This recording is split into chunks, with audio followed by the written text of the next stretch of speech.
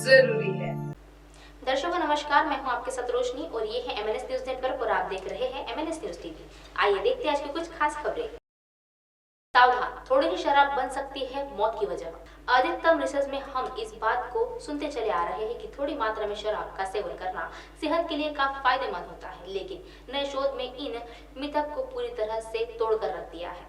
इस रिसर्च के अनुसार वह सीमित मात्रा में शराब पीने को भी आपकी मौत के नजदीक आ सकती है और वह जमा नेटवर्क ओपन के वह प्रकाशीय अध्यक्ष ने 100 से अधिक लोगों पर इसको लेकर एक रिसर्च की गई है। इस रिसर्च में सामने आया है कि कभी कभार शराब पीने और प्रति सप्ताह 1 से 1 बार अल्कोहल का सेवन करने वाले लोगों में किसी भी कारण से मौत की खतरा कम नहीं हुआ है।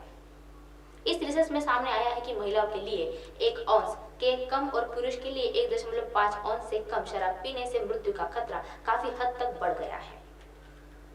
जमा नेटवर्क में द्वारा की गई इस रिसर्च में लगातार वह लगभग 5 मिलियन लोग शामिल हुए थे और इस रिसर्च में इन महिलाओं से मृत्यु के बड़े जोखिम देखने को मिले हैं और जो कभी नहीं पीने वाले लोगों की तुलना में शराब पीती है। और इस रिसर्च में उन महिलाओं के लिए काफी खास है जिस महिलाओं का मानना है कि कम मात्रा में शराब पीना उसके सेहत के लिए काफी फायदेमंद हो सकता है।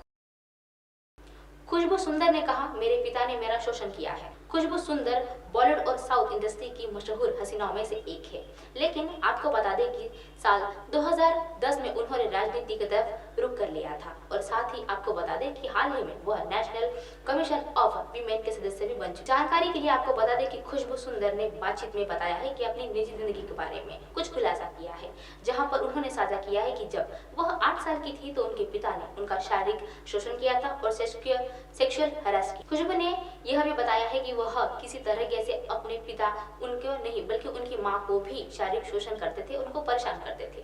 उनकी माँ का माइंड सेट बिल्कुल ऐसा था कि उनके अपने पिता को मतलब अपने पति को देवता मानती थी। लेकिन इस पर एक्ट्रेस ने बताया कि जब उनके पिता सोच करते थे उसके बाद वह बीवी और बच्चों को मारना पीटना और उनका शारीरिक शोषण करना उनका अधिकार है या नहीं।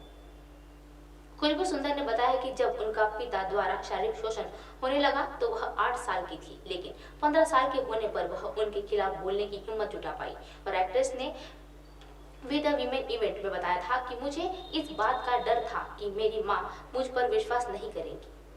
इसी पर खुशबू सुंदर ने बताया है कि जब वो 16 साल की हुई तो उन्होंने पिता में मेरी माँ को मुझे छोड़ दिया था। उसके बाद वह साथ ही मेरे काफी संघर्षों से गुजरना पड़ा, लेकिन बाद में अपनी खुशहाल जिंदगी जीने के लिए वह कामयाब रही।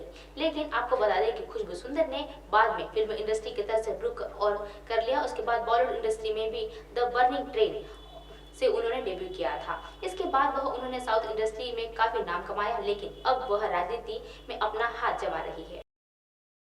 जहां मछली पकड़ने गया उसी तालाब में मिला शव। मछली पकड़ने के लिए साथ गए रामेश्वर और दोस्त सुखद डिवाला का पता चला कि वह संतोष यादव और उसके 3 बेटे वह आवाज लगातार दौड़कर आए और उसके बाद उसे पता चला कि उसकी मौत हो गई है। इसके बाद हम सभी मौके पर पहुंचे और पता नहीं इसके बाद क्या हुआ, रामेश्वर उसके हाथ कैसे आया और उसके साथ क्या हुआ।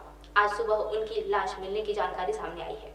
छत्तीसगढ़ के जांजगीर चांपा में एक युवक का शव बरामद किया हुआ है। वह तैरता पाया गया है। युवक ने अपने दोस्तों के साथ मंगलवार को देर रात मछली पकड़ने के लिए आया था और सुबह लोगों ने शव को बोरे में भरा हुआ पाया और उसको पुलिस को सूचना दे दी। आशंका जताई जा रही है कि शायद युवक की हत्या की गई होगी।